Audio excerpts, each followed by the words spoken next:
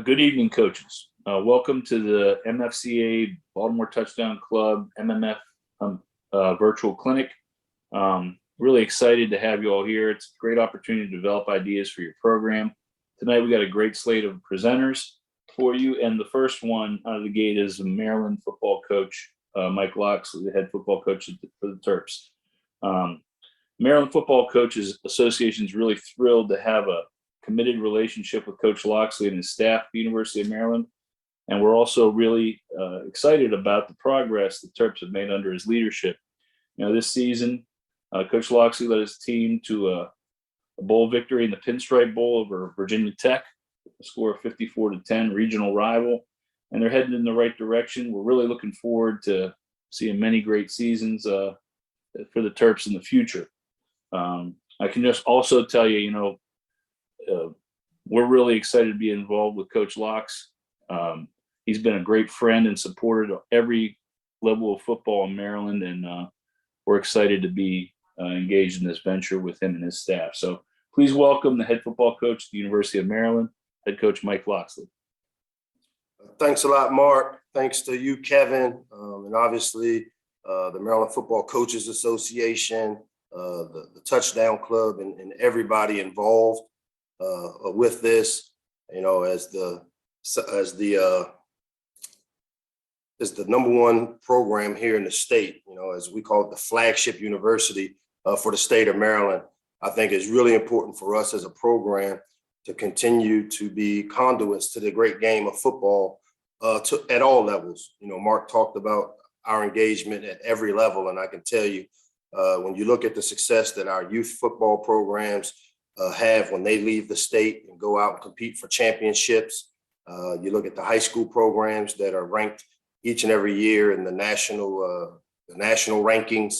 It shows exactly what I feel is happening here at Maryland, is that we've done a really good job of developing the game of football in the state of Maryland. And again, we're only going to be as good at the top as you guys are, as youth league coaches and as middle school coaches and high school coaches. And we want to continue to have this type of relationship with the association. So I can tell you, just the state of the union of where we are, as Mark talked about, we're coming off of our first winning season since 2014, which was actually the last time that I was here. We won our first bowl game since 2010. The last time Ralph Friesian was here, who's a great mentor for me. And so to be able to lead us to a winning season and a bowl victory in just year three, and I use the year three pretty lightly. As everyone knows, COVID affected us a little differently than it did some of our other counterparts in our league, where we only played 5 games a year ago. And so the development of our team, we didn't necessarily, were not necessarily afforded the luxury of being able to have a full season a year ago. And so as I look at it, for us to take this step that we took in 2021, being a bowl eligible team was a significant step for us. By no means, though, does that mean we're celebrating mediocrity. We do acknowledge we took a step, but I also acknowledge that 6-6 and 7-6 is not our standard, and that our goal is to continue to put a product on the field that everybody involved with football in this state can be really, really proud of. I want to continue to encourage you guys to come over and be a part of our program. We feel it's a responsibility of ours to continue to be part of the educationing and the development of you guys as coaches, while also being a sign of hope for the players that you guys coach to see what it would be like playing at the highest level of collegiate sports. And so we have an open door policy here. I know Scott's going to talk to you guys a little later when I get done here about some of the things we got coming up on our calendar that we'd love to have you guys involved with. As we build this program, I've always said it starts with right here at home. We've made a concerted effort to start our recruiting process right here at home. And it is my goal, as I've stated before, that each and every year, at least once a year, some coach, part of my staff, should walk through the doors of your programs, whether you have a player or not, for us. I just feel it's our responsibility that each and every year to develop meaningful relationships, and not just because you have a player, but because you're a state and our high school coach in our state, And we want to develop those type of real relationships with you guys so that when you do have a player, you guys have a comfort level knowing that the player you send to play here at the University of Maryland will be taken care of, will be developed, will be taught to be a better version of themselves. I've got great support here in terms of my athletic director and the president here. They continue to support us at a championship level. Some significant things happened this year. We moved into Jones Hill House, which is a $200 million endeavor that's been kind of on the books for quite some time, and to walk into a brand new $200 million facility, which to me adds to our players' ability to be the best versions of themselves as football players, as people, as students. It's been a significant investment made. And what we have to do, as I told our players, is continue to pay that investment back, the dividends of winning ball games. And I can tell you that's just what we intend to continue to do. We can only do it with your help. We're going to continue to reach out and tell you if you got players that you feel have the ability to play at this level. And I say this all the time in recruiting. Recruiting is by need more than it is by anything else. And so you may have a great wide receiver, but if we don't have a scholarship for a receiver, it doesn't mean that we don't think he's a great player. It means that we don't have a need at that time. And so, but what we will do is we will make sure we do our part to evaluate any player that you guys send to us to tell us that you think has the ability to help us build this program. And you have my commitment that we will do just that, evaluate them, be very honest with our communications with you as to where we see them. It does not mean we can get every player in the state. We sure would like to get all the best ones that we can, and we need your help to do that. And so I think it's a win-win when we have in-state local product kids, whether it's from the DC area, Northern Virginia, or Maryland, here playing for us. It really shines the light on your significant programs as well, and that's where the win-win takes place. Again, I'm excited. I know you guys, we have a couple of different coaches on our staff that are going to present scheme stuff to you. But at this time, I guess the best thing for me to do would be to open it up to any questions you guys have in reference to Maryland football, for me in general. And again, I look forward to answering any questions you guys have. It could be a football question. It could be a program question. It could be a recruiting question.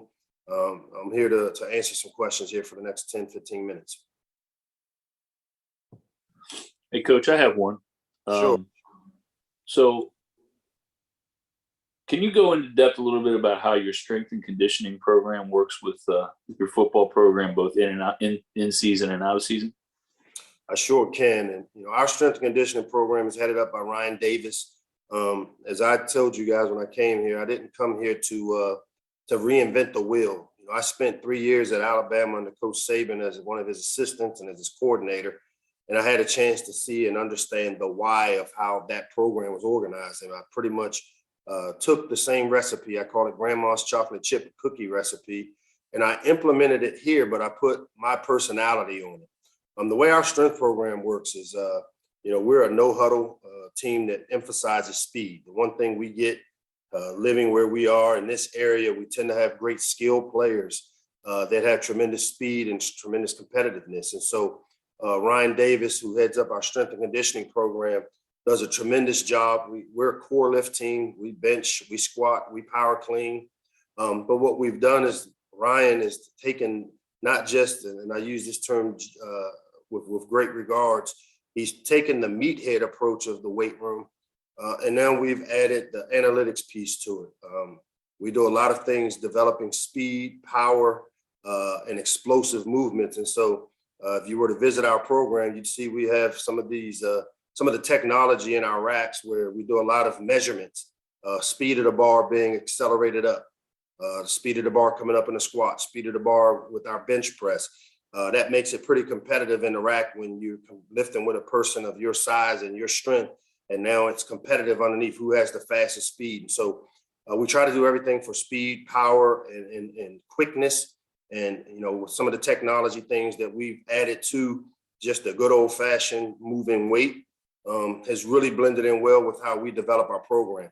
Obviously, we do a lot of conditioning. He's a strength and conditioning coach. We functionally condition our guys in the summer because of how we play on offense with the no huddle and we play a lot of man coverage on defense. The days of just going out and running a whole bunch of 110s is not kind of what we do. We kind of measure things with how we play. We measure the distances based on the type of distances our players run. We use the catapult system on a daily basis here with our players to make sure that they're peaking right at the right time for game time. And it also gives me empirical data in terms of measuring where our players are as we go through practice. If all of a sudden a wide receiver has X amount of miles or X amount of explosive plays, then we've got to make some adjustments to ensure that we're not overusing them.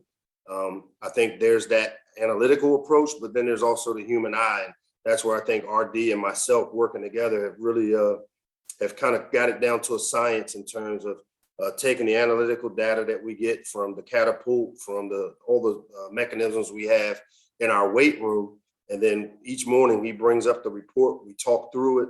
And then there's times where we may shut down or slow down a guy like, hey, Rakim Jarrett had 5,700 steps or yards on him yesterday at practice. We had to cut him down to 3,000. And then because of the investment that our people here has made into all of this technology, it allows us, as I said, to ensure that when our players show up on game day, that they're playing at a high speed and peaking at the right time. So a great combination of the old-fashioned 3 core lifts, bench squat, and power clean, but also with the added technology that allows us to be really smart in terms of making sure how we're utilizing our players in practice and in games.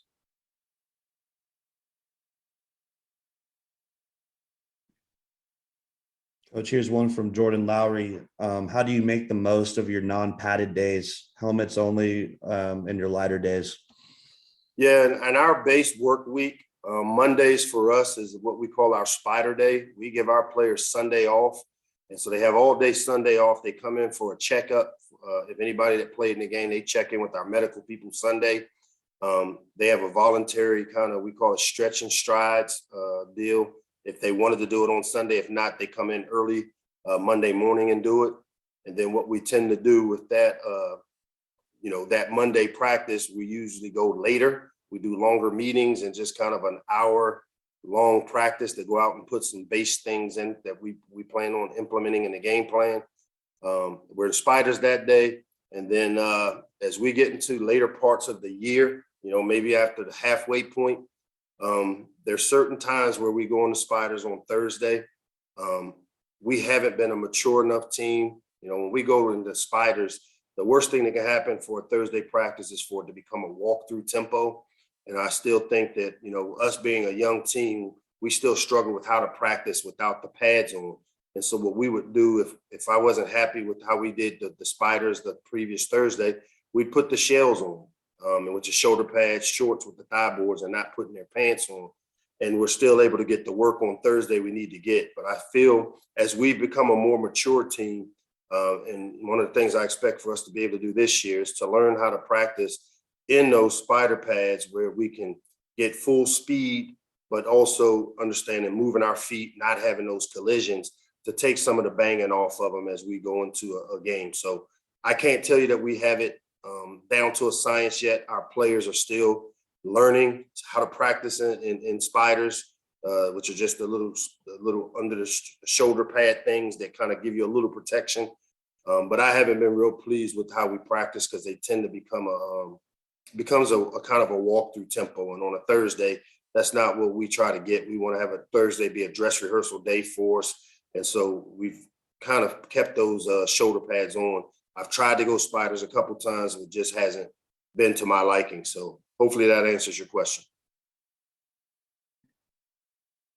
Great, Coach. Got a few more. First one is when you're building a staff and you're dealing with someone you have not worked with before, what's the best way to evaluate them in an interview and determine their value and potential? Yeah, I think big thing for me, if I haven't worked with a guy, his references really become important to me. If there's some type of tie to someone that he has as a reference, or even if it's a step away from that reference, I usually try to get the information from people that I know that would know this person. But then I think the other piece of it is when we bring them onto campus and we evaluate them, and we talk the football piece, but I learned this again down with Coach Saban. We kind of keep the guy on campus after we do the football stuff, and I have what's called speed dating. I have each department head in our program spend time with this guy, whether it's 15-minute to a 30-minute meeting where they kind of get a feel. They go walk him around. He meets with, my director of football ops. He meets with the nutritionist. He meets with our trainer, meets with all the people that outside of the football coaches for a good amount of time for them to kind of evaluate them. And then what I do is I bring them all in and get their opinions on who they think they are. Kind of what I've learned with this hiring process is that it's like putting a puzzle together. The person has to be a fit. And sometimes you may sacrifice the X's and O's piece because we're going to do the things we do on offense or defense and special teams regardless. And sometimes it's all about the fit. And so whether it's a fit with the staff or fit with the players, and the only way you can get a feel for that is by being around them. And so, again, we do the dinners, we go do kind of a social setting where we just get a good feel for who the person is. And then I really rely heavily on my department heads to kind of give me their opinions of what they thought. And then again, with the size of a staff that we have, there's always somebody that at least can get some information from the references that tell us really who this person has been, if it's somebody I didn't know. Great. Here's another one from Mark. Coach, what's the most challenging aspect of teaching the RPO to athletes new to the concept? To me, it's mostly the quarterback, because for the receivers, it's not that challenging. You're teaching, the route concept that's associated with that RPO. I think for the quarterback, it's developing the balance and body control to get the ball out quick. We do a lot of our second level RPOs. We're not one of those teams like you see that do the third level where, guys are running 12, 14-yard curl routes and running RPOs. I don't know, how you do it without tagging it to tell the line. And to me, if you're going to run a curl route, you might as well make it a run action pass, and everybody knows it, because you're going to, wind up getting yourself in trouble with the deeper the routes are down the field. So for the receivers and the guys that are running those routes, that isn't the issue. To me, it's training and developing your quarterback to be very disciplined with his eyes, because we have what we call full field RPOs, where activations take place based on, what the defense is doing. And those are all post-snap decisions. And so the key is your quarterback's got to be really taught, clued in, and detailed with what makes him throw it to where. And to me, having done this for, since 2006, 2007 was when I first introduced RPO stuff. Having the right guy that has the mentality and the IQ to be able to do it as a quarterback is critical. And to me, that's pretty much the hardest part, because everybody else is blocking the play that you had called, and the receivers are running whatever routes you give them. We do have something a little differently here where we can either block or activate the RPO based on whether or not the defense does certain things. And to me, that's the teaching in the classroom piece, which that part isn't really hard. Awesome. Here's another one from Kevin. Any advice on how high school coaches prepare our players better to play at the next level? What are some things you generally see that we need to work on better as high school coaches? And what are some things you see better than, let's say, 10 years in terms of prep? Yeah, I can tell you, I've been really pleased with the high school players that we've gotten. The one area that we've struggled here, at least locally, is finding the O-linemen. To win in the Big Ten, you got to win up front. And I mean, it's just, I don't know, it's the demographics of where we are. We just don't produce a lot of big guys, and the ones we've tried to get locally, we hadn't had a lot of success. And so I think, we've been able to try to close that gap. But I can just tell you, the fundamentals of football being taught at the youth program level, at the high school level here in the state of Maryland is as good as anything. I know you guys are faced with the challenges that you don't have to see, that the coaches in Florida and Texas and California don't do. They don't work normal jobs or teach 6, 7 classes and then got to come, they're full-time coaches. And so I take my hats off to the high school coaches in this area for the job you guys do with the resources. From a fundamental standpoint, most of the players that we've recruited here that are local players, I really feel they come prepared. If there's a tougher area where, again, I think a lot of the high schools in this area run some base coverages I think playing without the football kind of jumps out to me. You know, most guys in high school, if they know the ball's coming to them, they play hard. If it doesn't, they don't. And we're still continuing to have to coach that here at this level. So there's not a lot that I can tell you that you guys need to work on or do a better job of, because like I said, I've been recruiting this area for 30 years.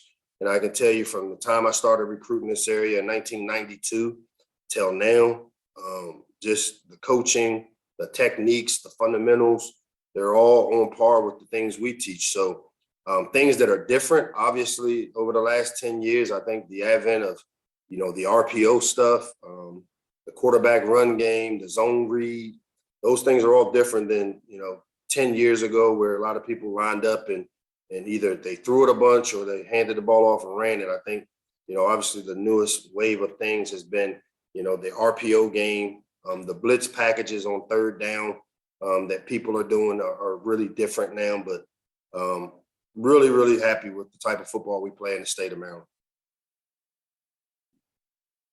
All right, Coach, looks like we got one more question for you from David.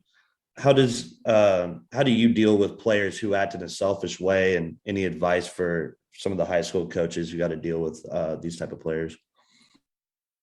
Yeah, you know what? John Wooden said it best. The best elixir for that is the bench. And sometimes you got to be willing to lose without them than win with a selfish player. We see it because everything is geared toward the players, and a lot of these kids have been recruited their whole life, and from youth football to their high school programs. I know not everybody's able to do it, but there are a lot of programs in this state that do recruit, and so some of these kids are maybe a little spoiled, and what we have to do is break down those behaviors and those habits. We do a lot of mindset training with our strength coach and me, where we bring players in, and again, we talk about being committed and connected. And you've got to do everything you can to get the selfishness out of them. And it's hard. And as long as, their desire to be successful individually doesn't take over the team having a chance to have success, I really don't have a problem with it. But if it becomes too much of a distraction for our team, where somebody's putting themselves before the team, then again, the bench is the best elixir. You take away playing time. And that usually, to me, fixes that habit or that behavior. Awesome, Coach. That's it for questions for now. Thank you, guys. And I guess I'm turning it over to Scott. Yep. Scott, you there?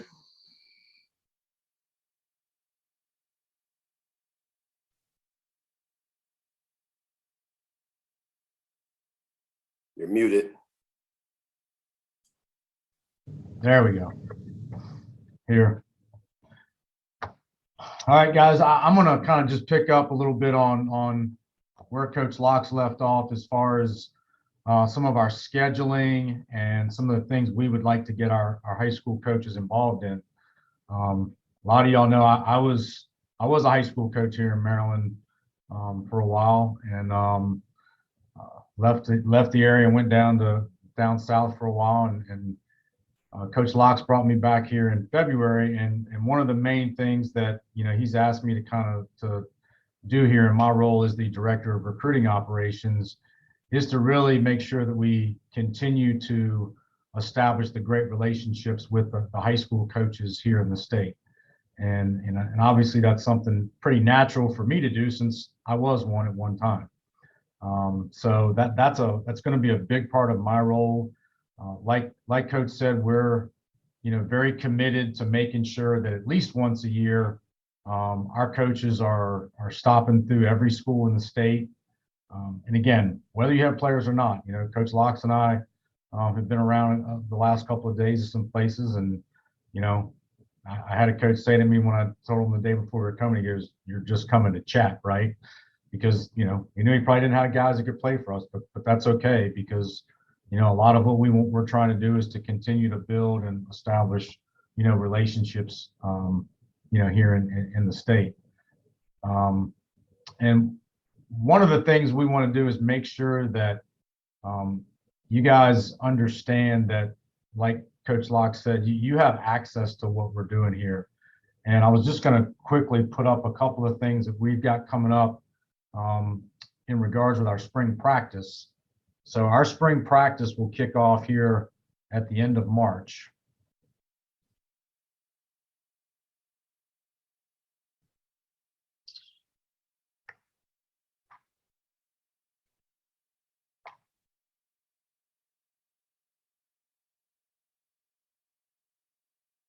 Alec, what's showing up on my screen there?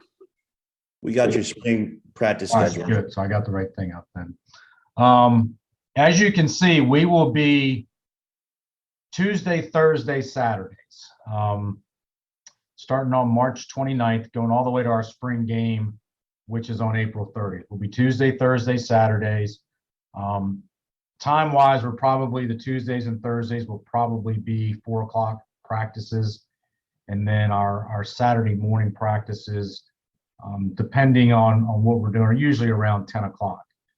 What we do is before we practice, we do have our individual position meetings. And when we invite you guys out, you're welcome to sit in on position meetings as well. And those position meetings generally start around 2:30, 2:45. And again, like I did last year, I'll blast this out to everybody on email with the schedule. But what I want you to know is that you're welcome to come to practice anytime, but you're welcome to come early and come to the meetings.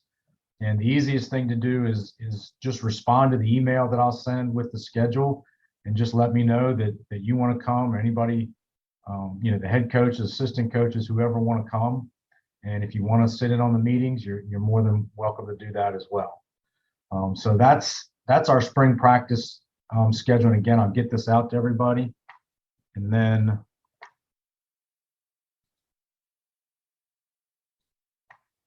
the other thing that, in conjunction with our spring practice,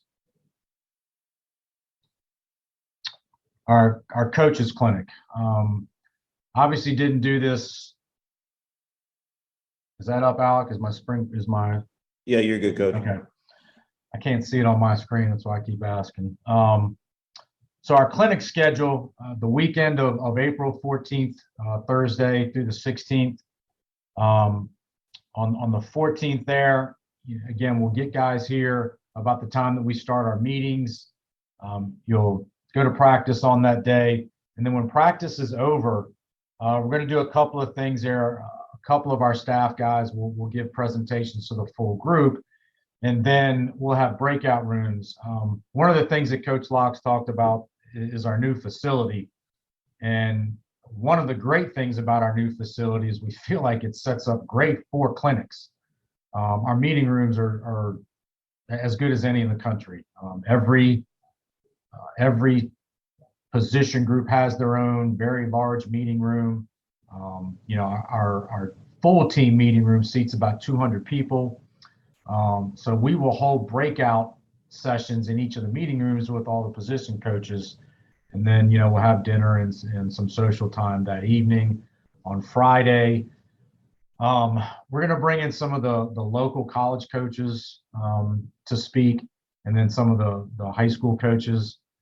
Generally, I think what Coach has done in the past is some of the state championship coaches, giving them an opportunity to present. And that's something that goes back to, when Coach Friesian was here. I know I had the opportunity when Coach Friesian was here to speak at the clinic. So we're going to try to go back to that and give the high school coaches and some of the local college coaches a chance to present.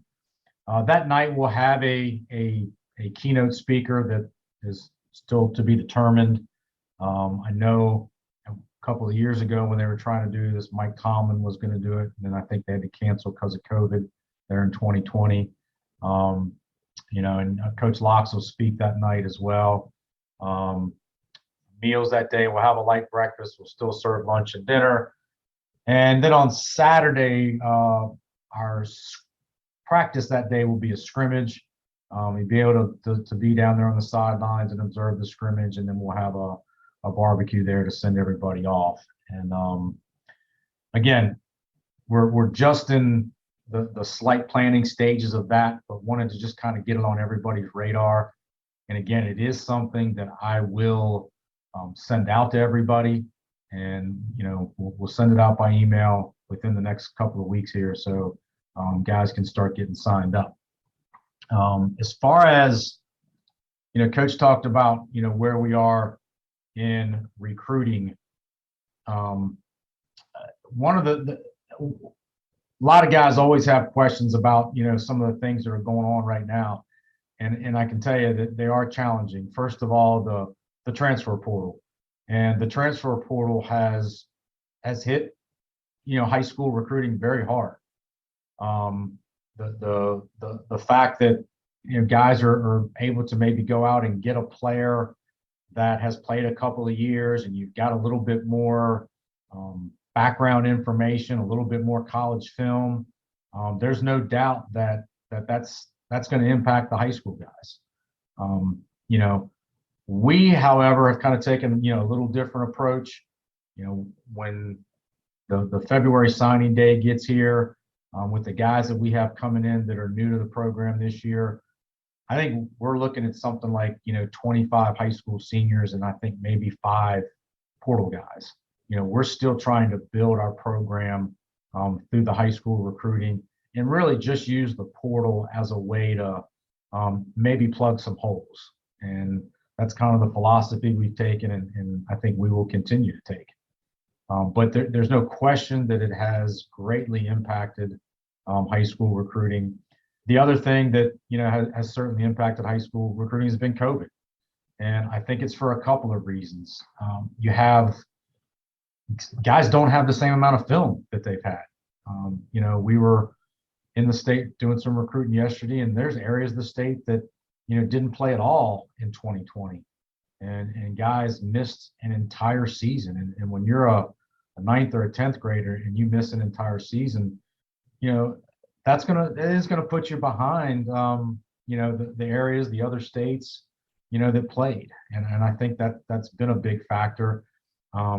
We have really tried to still not let it be as much of a factor. And to be honest with you, it's one of the reasons why last spring and really the last couple of weeks, we've tried to be extra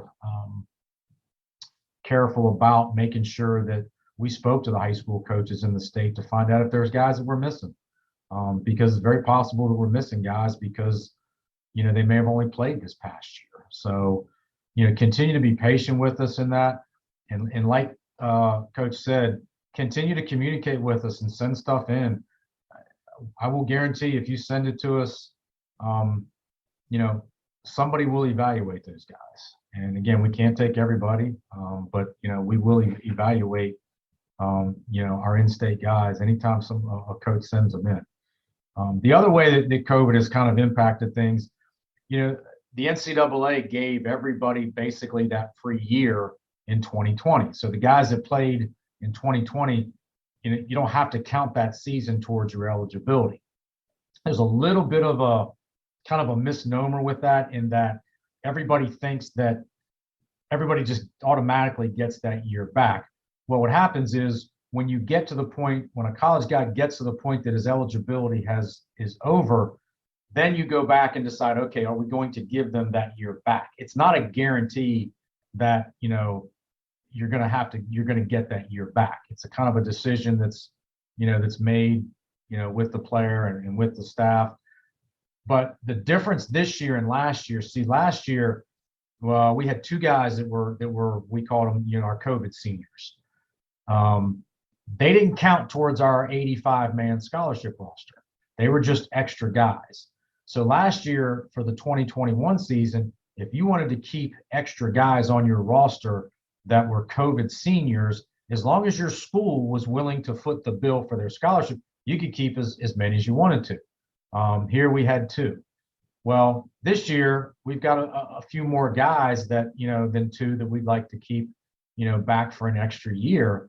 Well, the problem is now they count towards your 85, whereas last year they were just extra guys. Well, this year they count towards your 85. So what that's done is, if you're going to keep a super senior, well, that's probably a younger guy that you can't bring in. And it's sometimes it might be a freshman. It might be a guy in your signing class. It might be one less guy in your signing class that you can bring in if you want to keep one of those seniors. And to be honest with you, it becomes something we have to talk about. Is there a senior that we want to keep around? Is it worth keeping him for 1 year versus, signing another guy that we're going to have, for 4? And it's really, for my job, one of my jobs is I'm the roster management guy. I'm the guy that keeps track of who's on our roster and who's on scholarship and all that.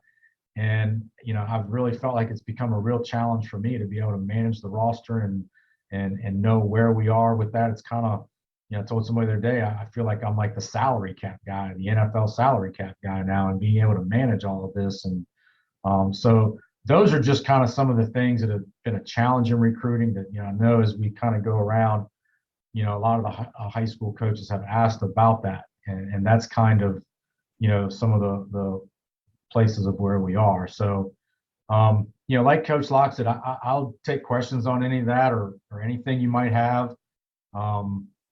And I'll just go right to the chat and read it myself. If that's all right, Al. Yeah, go for it, Coach. I'll give it guys a few minutes too to ask some more questions. Sure. Would it be possible to hold an MFCA meeting at your spring clinic? Absolutely. We will definitely build that in. I guess either Thursday or Friday evening. Mark, you just let me know, what's best, and we'll definitely build that in. And I know, Coach and I have talked about, and I've talked to Doug Duval and Mark, you guys about, we're excited about getting the Big 33 clinic or a Big 33 combines held here as well. All right, question: if you believe we have a player who has the potential to play for Maryland, can you explain to the coaches the process they should follow? We're a little bit old school. We do have, some recruiting services that we work with. And here's one thing I would tell you. I would really encourage you. There's 2 main recruiting services that we work with. One is called Exos. And I believe the guy that does Exos in this area is JP Gunther. But we also, for Maryland, probably the ones that we work with closest are National Preps, Donnie Zimmerman's group. And I'm giving Donnie a plug right now, so I should probably charge him for this. But, we use their services because how that works is we pay them to help us find guys. So when Donnie reaches out to you or JP reaches out to you for kids, give it to them. Because, we do trust them because you're not paying them. So they're a free service for you.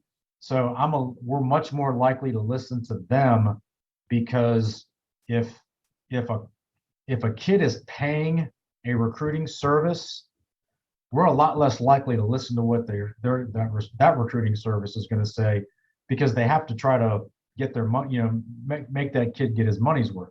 Whereas you and the kids, you don't pay Exos and you don't pay National Preps. We do. And we also know that Donnie's going to give us good information. Otherwise, we're not going to pay him again.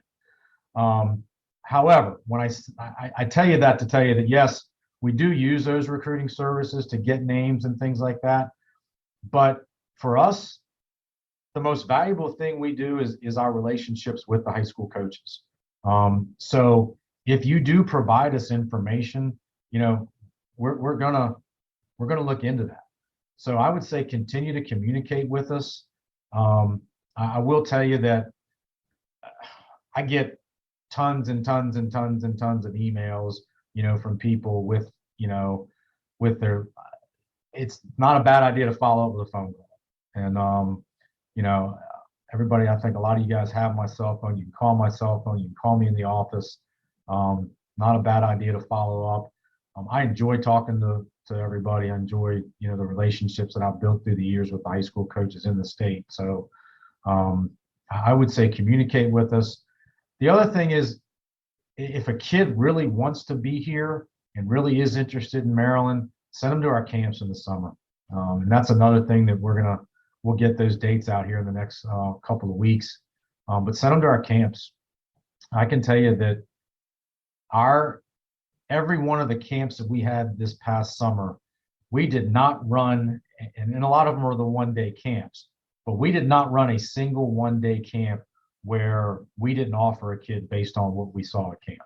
So, and again, some of those times we knew the kid was coming and we had kind of evaluated them on film a little bit, wanted to see them up close. So our camps are extremely valuable evaluation tools. So, you know, to answer the question again, communicate with us, you know, use national preps and exos, and then get your kids to camp here would be the things that I would say are most valuable.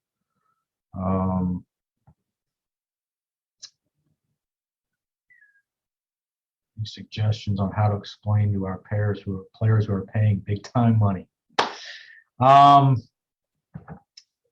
You know, I other than getting them to trust the information that you're giving, and that is that a lot of colleges just are not going to pay, you know, a whole lot of attention to those things that the kids are paying just because of that, because, you know, we just don't know how valid that information is because it's coming from somebody that the kids are paying. So, you know, these kids that are paying all this money, again, you know, if you're using those services that we pay for, you know, we're going to trust that information a lot more. We're not going to trust as much the information that the kid is paying for. And I think, you know, hopefully they can understand the difference and understand that, you know, the validity and where we're getting our information from. How many college players reaching out to you through the portal in a given year? Gosh, okay, I got to be careful in what I'm saying here because we can't actually talk to a kid unless he's in the portal. The way the recruiting works, when a kid goes in the portal, he's treated like a high school senior. So all the rules that apply, all the contact rules that apply to a high school senior apply to kids in the portal. So like, for instance, right now, we can call high school seniors right now. We cannot call sophomores and juniors. So there's different rules on the contact that you can have with kids depending on what years they are. Portal kids count as high school seniors. I would say I get just as many kids reaching out to me who are in the portal than we do, you know, high school kids. And I would tell you, if you're a high school coach and you've got kids that are playing in college that are considering going in the portal, I would tell them, you know, you better be absolutely sure what you're doing. I don't know the exact numbers right now, but the last time I think I checked, you know, there were literally over 1,000 and some guys in the portal, and like 30% of them had actually found homes. And, you know, there's a lot of guys that are, you know, in the, what we call the black hole of the portal, that are just out there, you know, waiting for somebody and waiting for an opportunity that's, you know, it's not there. Like I just told you, you know, our signing class this year, you know, it's still overwhelmingly still going to be, you know, high school seniors. You know, yes, there are teams that aren't that way and that are going to go build, you know, Michigan State last year had like 10 starters that came out of the portal and all that stuff. And I know there are teams that try to rebuild and do that through the portal.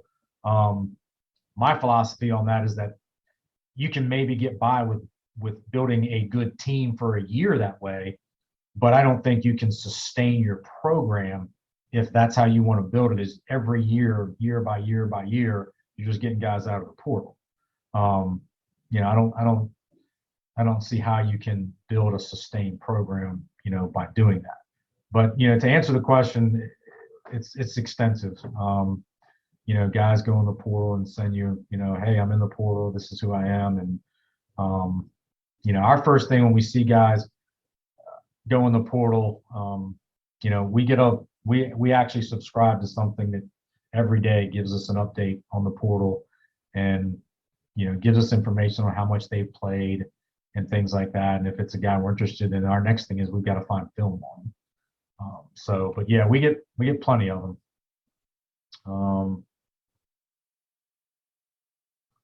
A while since I was involved in recruiting, so I don't know the new rules that govern eligibility. Would you cover NCAA ability? What makes a kid? If you're talking about the initial eligibility, so again, it goes back to there are 16 core classes. So they have to have those 16 core classes. Your 4 Englishes, actually it's right here in front of me, 4 English, 3 years of math, algebra 1 or higher, 2 years of science, then another year of English, math, or science. You can pick whichever one of the 3. 2 years of social studies, then 4 more years of English, math, science, and then you can throw foreign language or philosophy in there. So you have to have 16 of those. So, weight training, NCAA doesn't care about. There's basic math. They're not going to give you credit for it. So those 16 core credits, the minimum GPA you can have is a 2.3 in those 16 core credits. Now, the old sliding scale of, if you have a 2.3, then you're going to need a higher ACT or SAT score versus the higher your GPA is, then the lower corresponding test score. Well, they've done away with the test score since COVID happened. And I don't know when they're going to go back to, reinstating the test scores. So these guys that were 2020 graduates, 2021s, or 2021s and 2022s, they've kind of gotten the old, get out of jail free card, and that the test scores, haven't mattered. All they've had to do is get the corresponding, GPA. All they had to do is get the 2.3 to be eligible. So that's kind of where we are with the NCAA eligibility center. Can you update us as high school coaches the process of when you can talk to them? So there is a calendar. The NCAA has a calendar. You can, and honestly, anybody can access it. If you literally just Google NCAA recruiting calendar, the calendar actually tells you what can happen during that time period. There are 4 different kinds of recruiting periods. There's a quiet period where kids can come on campus and we can have certain kinds of communication with them. Then there's an evaluation period where we can actually go visit them at their school or go to a game. And then there's a contact period, which really isn't much different than the evaluation period. Then there's a dead period where we're really not allowed to have any contact with them at all. Now, with that said, so there are all kinds of, and this probably isn't going to come out the right way. There's all kinds of ways around some of these things. For instance, during the dead period, we can't call kids. Well, kids can call us. So, the kids can call us and we can answer, when they call. We can't call, a sophomore or junior right now, but we can send them a message on their Twitter page. And what a lot of times we do when we send them a message on the Twitter page is, hey, call me. So, we can't call them, but we can send them a message on Twitter to call us. So there's, little ways you can get around that. And then there's a limit on the different amount of times that we can visit schools.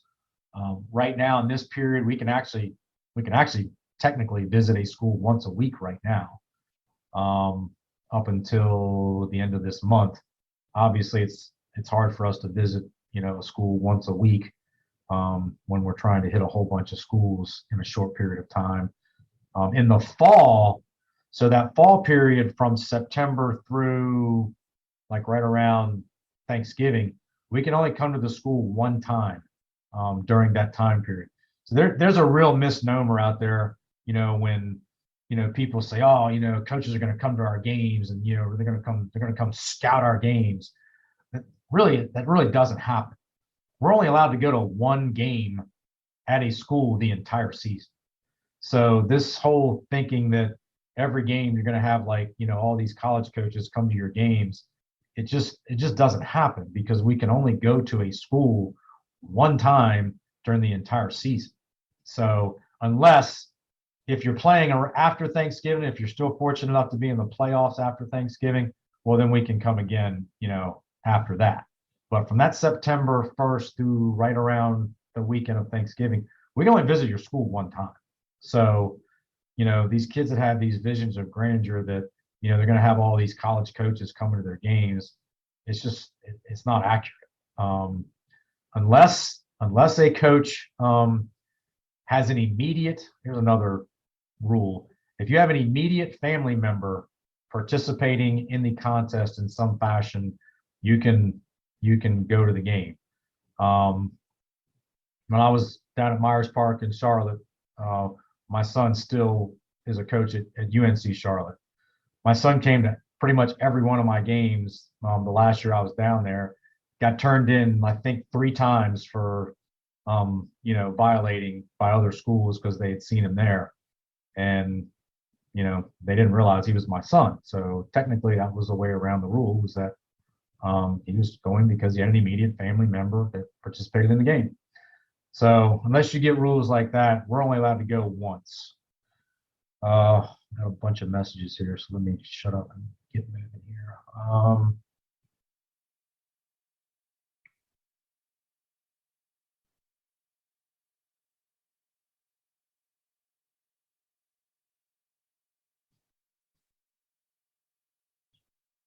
I think I answered all of those other. I think you just about covered them, Coach. Okay. Need a drink of water here. Anything else? I know where are we at time-wise here? I know we got 7 o'clock to get. I know there's other guys, if they don't start on time, they're going to give me crap about going over on their time. No, it's all good, Coach. And, we just want to say thank you on behalf of everyone in here in Maryland. We really appreciate you doing this, and, tell Coach Loxley the same thing, and, want to wish you guys luck, with the rest of 2022 and all the stuff you got coming up in the next few months. Well, I know, and I know Coach Locks feels the same way. We're honored to do it and honored to be a part of it. And obviously, I'm here working at the University of Maryland, but I'm a high school coach. I mean, that's me. That's who I am, and that's who I'll always be. So love to do this anytime. Great, Coach. Thanks again. That does it, All right. guys. And we'll see you all at the next one. Thanks, Coach. Okay. And then go back and check these guys, make sure they're ready to go in their offices. Thank you, All right. Coach. Appreciate it. No problem.